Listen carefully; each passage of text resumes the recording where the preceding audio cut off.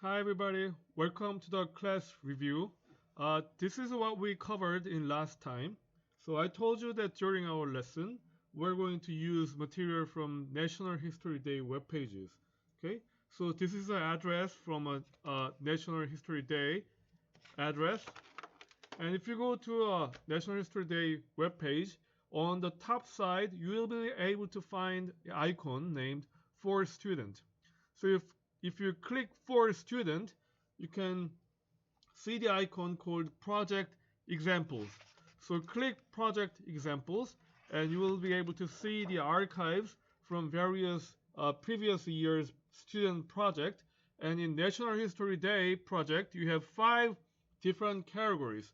You have documentaries, and you have exhibits and paper, and you have performances and web pages. So each project can be created by a single student, or you can make a group project up to 4 students depending on which project you are going to use. So I told you that in our lesson we're mainly going to use material from the paper section. Okay, so if you go to a paper section of National History Day, you'll probably able to find our material that are used in our classroom. So the first paper that we're going to use in this page is year 2016. Okay, year 2016 in the research paper section. The Black Death, unforeseen exchange Europe's encounter with pandemic sparked an age of exploration is the first paper that we're going to use, and this paper is written by a student named Cameron Frank. Okay, so her paper looks something like this. Okay, written by Cameron Frank. We're going to use this as our first material.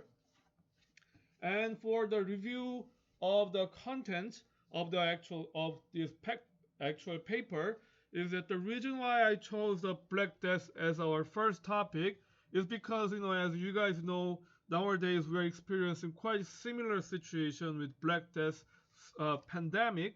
So maybe if we take a look at the case of previous history, we will be able to learn something for our preparation of the future.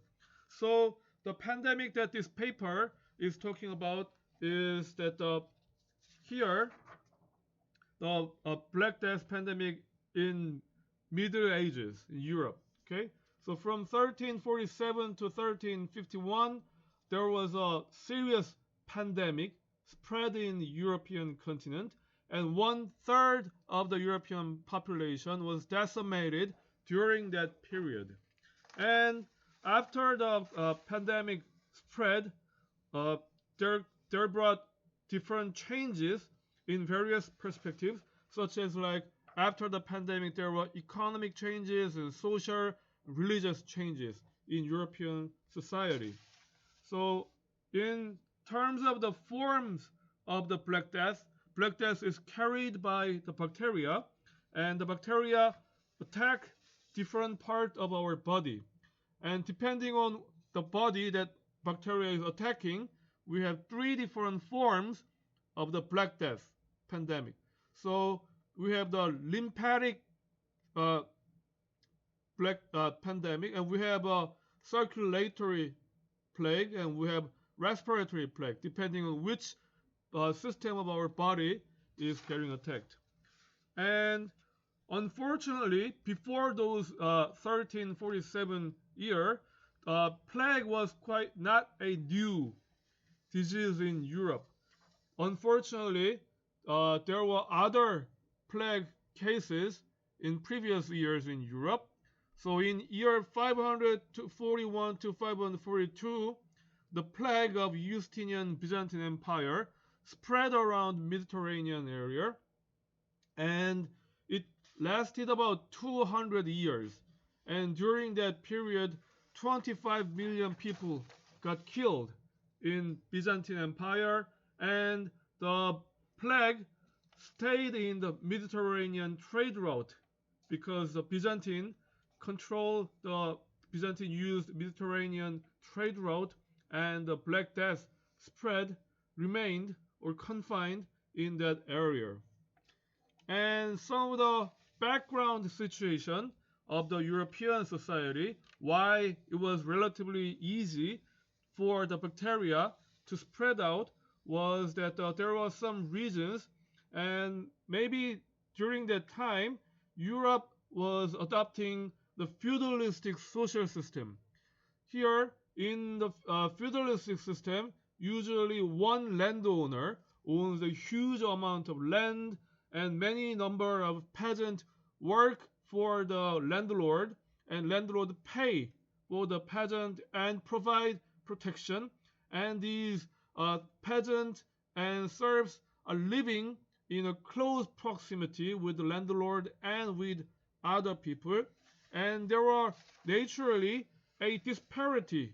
There were a gap between the social classes. The rich people grew more rich, poor people grew more poor, and making like unsanitary conditions or like unhealthy conditions for poor people there.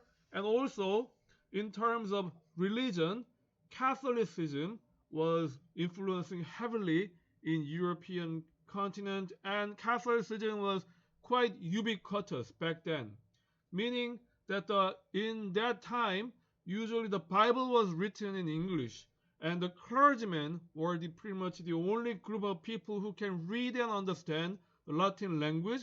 So the clergymen traveled a wide range of Europe, and they preached the Bible written in Latin to these people. So there was some exchange of the humans, exchange of people in the European continent, and maybe there was some reason why the bacteria could spread quite easily inside the European area.